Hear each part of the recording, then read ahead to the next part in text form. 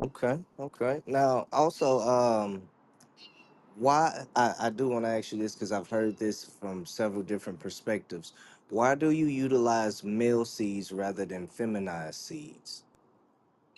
So we use non-feminized seeds because we don't do anything GMO. Anything manipulated, we don't use because it goes against one. It goes against who we are spiritually. It goes against who we are as stewards of the land and everything that God put in it.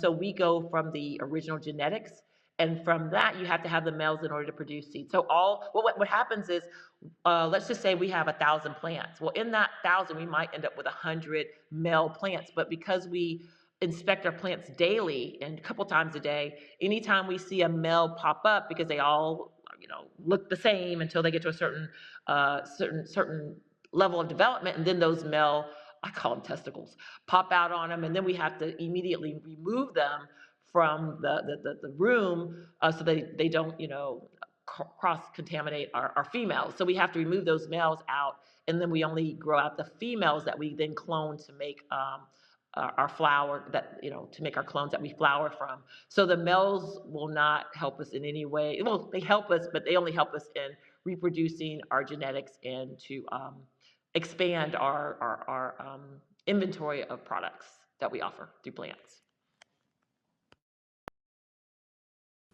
And what are some of those other products outside of oils? Because I have heard you say that hemp can be used for clothing and things of that nature. How is that done? So we're kind of crossing two lanes right now. I want to be clear. From the marijuana cannabis space, we can only grow for processors who turn into prescription medicine, and only for the state of Alabama. So we can't consume it ourselves, and this is a collective we can't sell it to anyone, we can't make anything out of it except from the byproduct, like the leaves, the stems, and all of that. Once we harvest the flower, we then compost that and turn it back into organic soil that we then put back into our own uh, cannabis facility. And because we have our own farms, we actually use that compost in our food as well. So it goes to my farm, it goes to I am farms, and we basically just keep recycling all of this natural compost just within a sort of a closed cycle. But on the hemp side, um, the products are, so my big thing that I do personally, I use a lot of teas. I put it in my teas, the hemp, for the CBD. I also put it in, we do gummies, we do tinctures, we do, I have this line of products. I do pet products, and I have a cousin in Indiana who actually makes all my products. He's heavy into this from a scientific standpoint. But then there's a side that is industrial, and that's a different strand of the hemp plant that has a very, very strong fiber. And in that space, um, construction products, um, inputs like cabinets, flooring, it is one of the strongest materials that can be used. Even cars, I think it's Hyundai. They actually use it in the quarter panel because of the tensile strength of it. So I think that the development of what it can be used for is yet to be discovered, and its uses are plentiful on the industrial side. And even the seeds, they have nutritional value. So if there's healing, there's nutrition, and then there's many uses that we can use for this plant. Okay. AP, you by your mic? Yep. Anything you want to ask Black Warrior in regards to the cannabis segment? Um, Even though you have a contained growing area, do you somewhat keep the males around so that they could go into nature and grow also, instead of just containing them? Because I do know, like, when you keep males around females, the potency of the THC tends to become lower, and more seeds tend to be more produced. From our grow environment. And so every room has its own grow environment. It's sealed. Every room, there's no cross contamination. Think of about a 15,000 square foot pharmaceutical facility. Each room within this, including our 9 grow rooms, have their own environment. Those males are not in the building. It's not connected to this building. But yes, we do keep the seeds around, but not to put back into the environment, because what happens for us Every seed, everything we throw away, every time we harvest, everything is not only counted but weighed in this space because it is controlled and managed by the state of Alabama. And all of these states that have these programs are using one system called metric.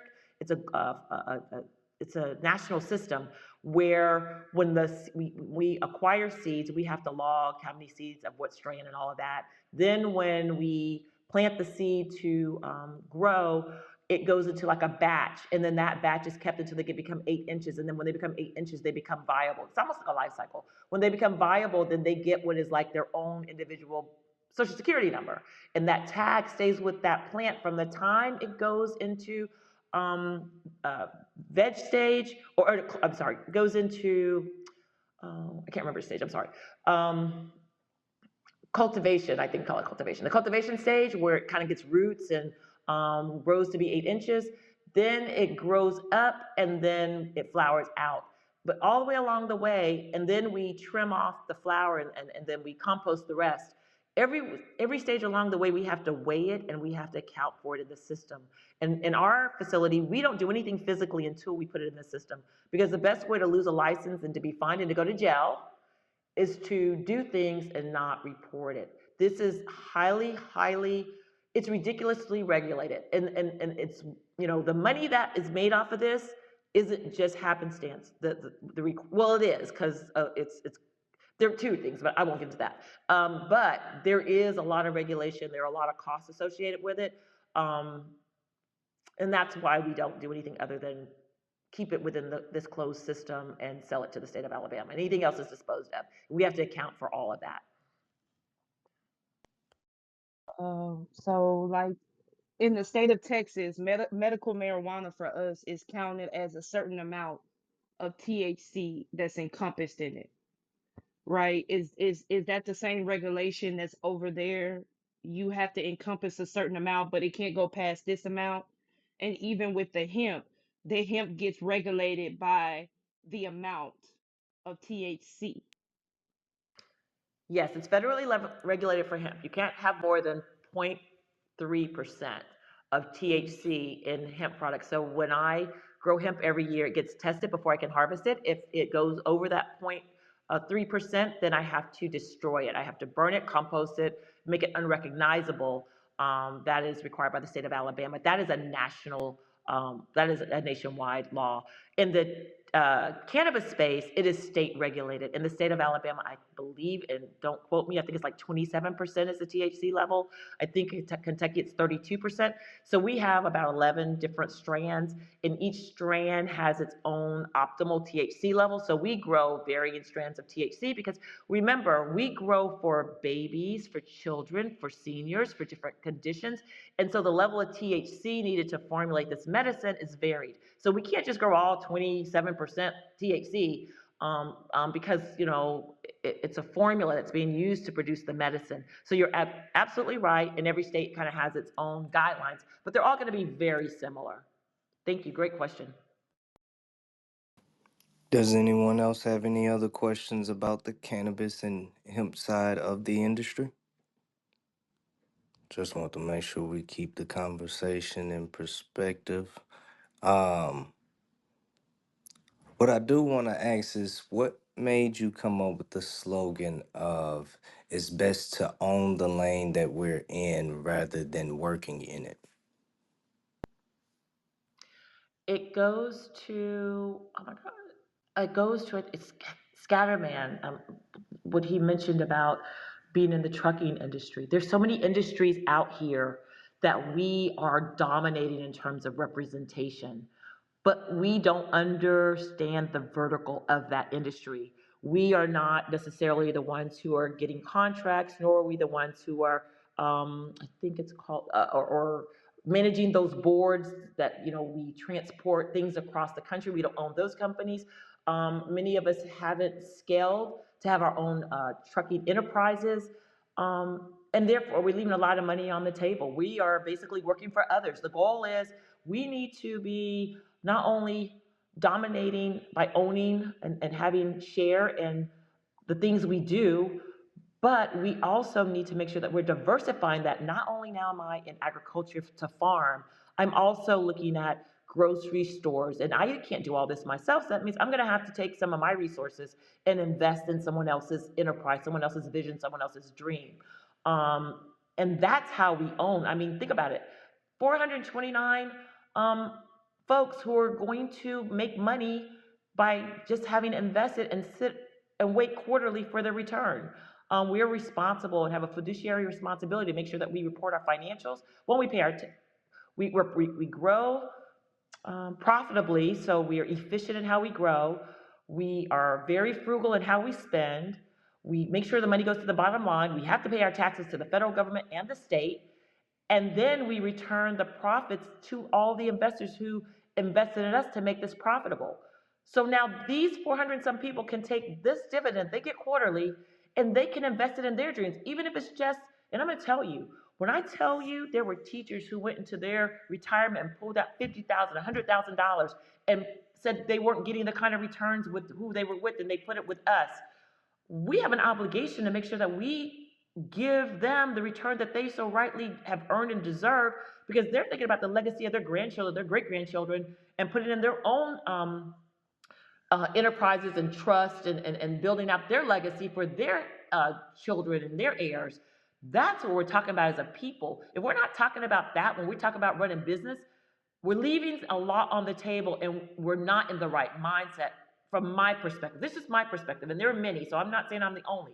But the way I move and the people I move with, and it is yielding greatly, it isn't about me, my four and no more. It's about how do we grow collectively in a community, and it's beyond words, it's action, it's giving of time. I do a lot of bartering. I give a lot of service, and usually when I give service to businesses, especially young folks with businesses, I'm always going to take a piece. I want a share of your dream, your vision, because you're the next millionaire, billionaire. I know for George, our CEO, his goal in doing this was to create 1,000 millionaires, and he's going to do it, and we're on our way. But it's not just through cannabis; it's through all the other tangential, which means businesses that connect to us, and things outside of this industry, because if one industry falls, you have to have your money diversified, because that's going to be the business on the rise. In every economy, good or bad, there are always going to be winners and losers. And this time, we need to say to ourselves, this is the worst time for many. For me and those around me, this is the best time to be alive, because guess what? These opportunities are out here and we're taking advantage of them, and we're going to be on the next rise of millionaires and billionaires, because that's how the cycle works in business. And that's what I meant by we need to own this. We need to own it and not just work it.